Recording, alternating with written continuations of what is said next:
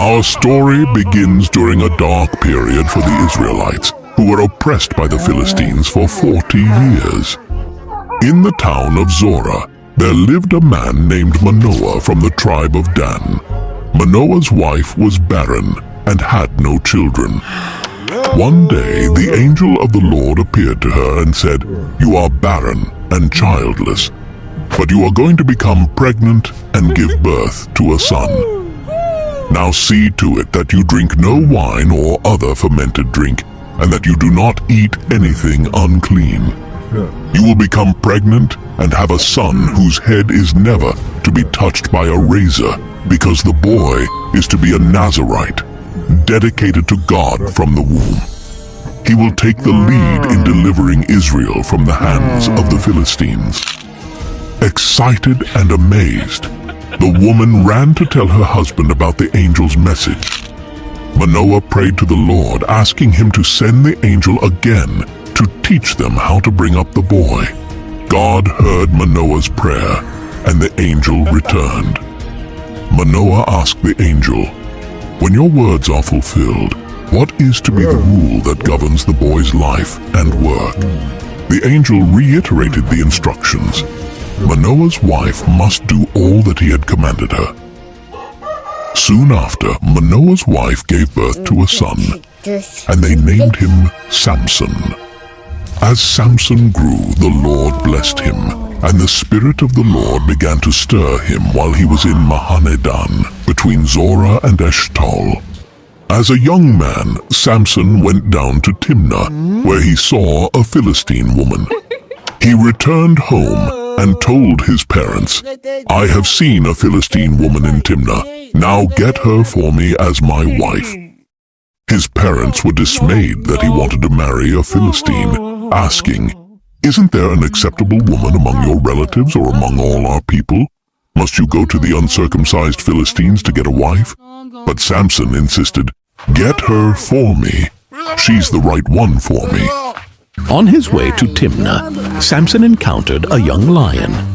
The forest was dense and the path narrow when suddenly a roar pierced the air. A young lion, fierce and wild, charged at Samson. The Spirit of the Lord came powerfully upon him, and with a surge of divine strength, Samson tore the lion apart with his bare hands, as one might tear a young goat. The carcass of the lion lay in pieces, a testament to Samson's incredible strength. But he told neither his father nor his mother what he had done. Later, when he returned to marry the woman, he turned aside to look at the lion's carcass. In it, he saw a swarm of bees and some honey. He scooped out the honey with his hands and ate it as he went along. When he rejoined his parents, he gave them some, and they too ate it. But he did not tell them that he had taken the honey from the lion's carcass. At the wedding feast in Timnah, Samson proposed a riddle to his 30 Philistine companions. "Let me tell you a riddle," Samson said to them. "If you can give me the answer within the 7 days of the feast, I will give you 30 linen garments and 30 sets of clothes. If you can't tell me the answer, you must give me 30 linen garments and 30 sets of clothes." "Tell us your riddle," they said. "Let's hear it." He replied, "Out of the eater, something to eat. Out of the strong, something sweet." For 3 days, they could not give the answer. On the 4th day, they said to Samson's wife, "Coax your husband into explaining the riddle for us, or we will burn you and your father's household to death. Did you invite us here to steal our property?" Then Samson's wife threw herself on him, sobbing, "You hate me. You don't really love me. You've given my people a riddle, but you haven't told me the answer." "I haven't even explained it to my father or mother," he replied. "So why should I explain it to you?" She cried the whole 7 days of the feast. So on the 7th day, he finally told her because she continued to press him. She in turn explained the riddle to her people. Before sunset on the 7th day, The men of the town said to him, "What is sweeter than honey? What is stronger than a lion?" Samson said to them, "If you had not plowed with my heifer, you would not have solved my riddle." Then the Spirit of the Lord came powerfully upon him. He went down to Ashkelon, struck down 30 of their men, stripped them of everything, and gave their clothes to those who had explained the riddle. Burning with anger, he returned to his father's home. And Samson's wife was given to one of his companions who had attended him at the feast. Later on, during the wheat harvest, Samson took a young goat and went to visit his wife. He said, "I'm going to my wife's room," but her father would not let him go in.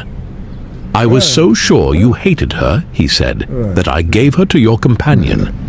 Isn't her younger sister more attractive? Take her instead." Samson said to them, "This time I have a right to get even with the Philistines. I will really harm them." So he went out and caught 300 foxes and tied them tail to tail in pairs. He then fastened a torch to every pair of tails, lit the torches, and let the foxes loose in the standing grain of the Philistines. Fields were ablaze, the smell of burning crops filled the air, and the cries of the Philistines echoed as their livelihood went up in flames. He burned up the shocks and standing grain together with the vineyards and olive groves. When the Philistines asked, "Who did this?" they were told, "Samson, the Timnite's son-in-law, because his wife was given to his companion." So the Philistines went up and burned her and her father's house down. Samson said to them, "Since you've acted like this, I swear that I won't stop until I get my revenge on you." He attacked them viciously and slaughtered many of them.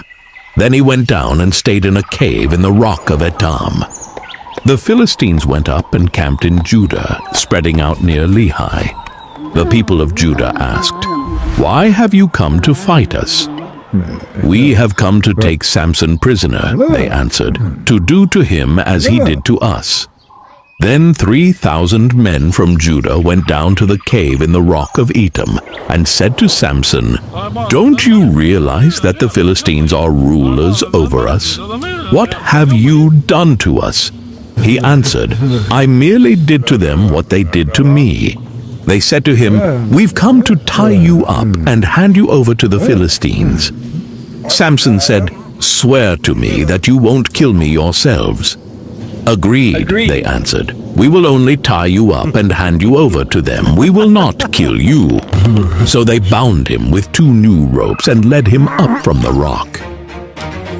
As he approached Lehi, the Philistines came toward him shouting. The Spirit of the Lord came powerfully upon him. The ropes on his arms became like charred flax, and the bindings dropped from his hands. Finding a fresh jawbone of a donkey, he grabbed it and struck down 1,000 men. The ground was littered with the fallen, Samson standing tall, bloodied but victorious, the jawbone clutched in his hand. Then Samson said, "With a donkey's jawbone I have made donkeys of them. With a donkey's jawbone I have killed 1,000 men." When he finished speaking, he threw away the jawbone, and the place was called Ramath Lehi. Because he was very thirsty, he cried out to the Lord, "You have given your servant this great victory. Must I now die of thirst and fall into the hands of the uncircumcised?" Then God opened up the hollow place in Lehi, and water came out of it. When Samson drank, his strength returned, and he revived. So the spring was called En-Hakkore, and it is still there in Lehi. One day, Samson went to Gaza, where he saw a beautiful woman. He went in to spend the night with her. The people of Gaza were told, "Samson is here."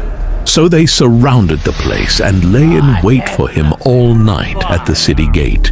They made no move during the night, saying, "At dawn we'll kill him." But Samson lay there only until the middle of the night. Then he got up and took hold of the doors of the city gate, together with the 2 posts, and tore them loose, bar and all. He lifted them to his shoulders and carried them to the top of the hill that faces Hebron. The sheer power required to uproot and carry city gates was a display of Samson's incredible strength and defiance. Some time later, he fell in love with a woman in the valley of Sorek, whose name was Delilah. The rulers of the Philistines went to her and said, "See if you can lure him into showing you the secret of his great strength, and how we can overpower him so we may tie him up and subdue him. Each one of us will give you 1,100 shekels of silver." So Delilah said to Samson, "Tell me the secret of your great strength and how you can be tied up and subdued." Samson answered her, "If anyone ties me with 7 fresh bowstrings that have not been dried, I'll become as weak as any other man." Then the rulers of the Philistines brought her 7 fresh bowstrings that had not been dried, and she tied him with them.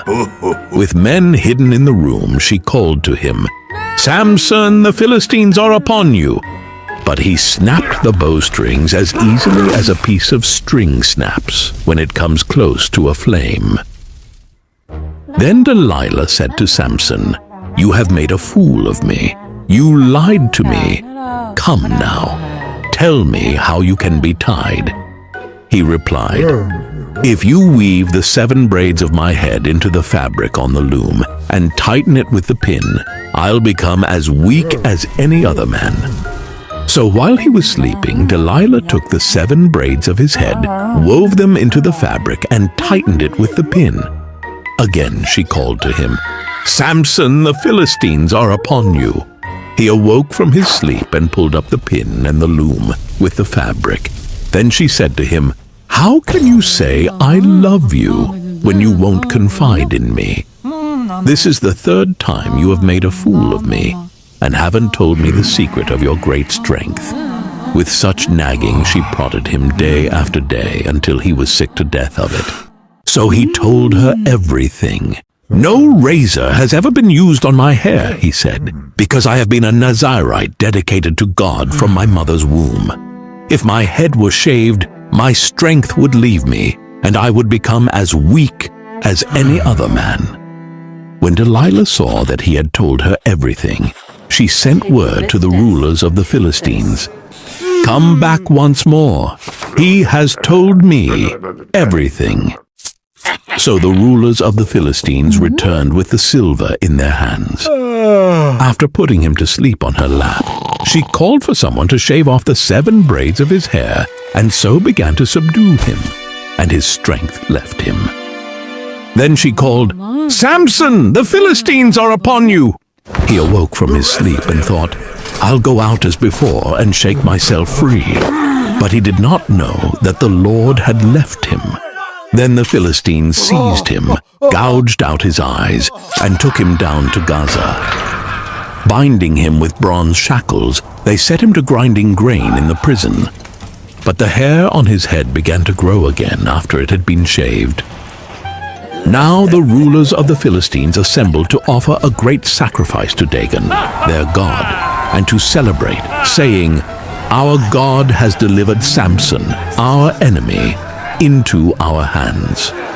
When the people saw him, they praised their God, saying, "Our God has delivered our enemy into our hands, the one who laid waste our land and multiplied our slain."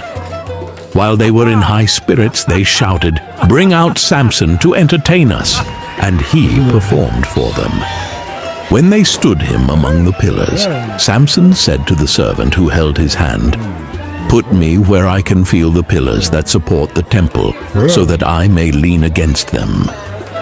Now the temple was crowded with men and women. All the rulers of the Philistines were there, and on the roof were about 3,000 men and women watching Samson perform. Then Samson prayed to the Lord, "Sovereign Lord, remember me. Please God, strengthen me just once more, and let me with one blow get revenge on the Philistines for my 2 eyes." Then Samson reached toward the 2 central pillars on which the temple stood, bracing himself against them, his right hand on the one and his left hand on the other. Samson said, "Let me die with the Philistines." Then he pushed with all his might, and down came the temple on the rulers and all the people in it. The ground shook, the walls crumbled, and the cries of the Philistines filled the air as the temple collapsed. Thus he killed many more when he died than while he lived. Then his brothers and his father's whole family went down to get him. They brought him back and buried him between Zorah and Eshtaol in the tomb of Manoah his father. He had led Israel 20 years. The life of Samson is a powerful reminder of how God can use even flawed individuals to accomplish his purposes.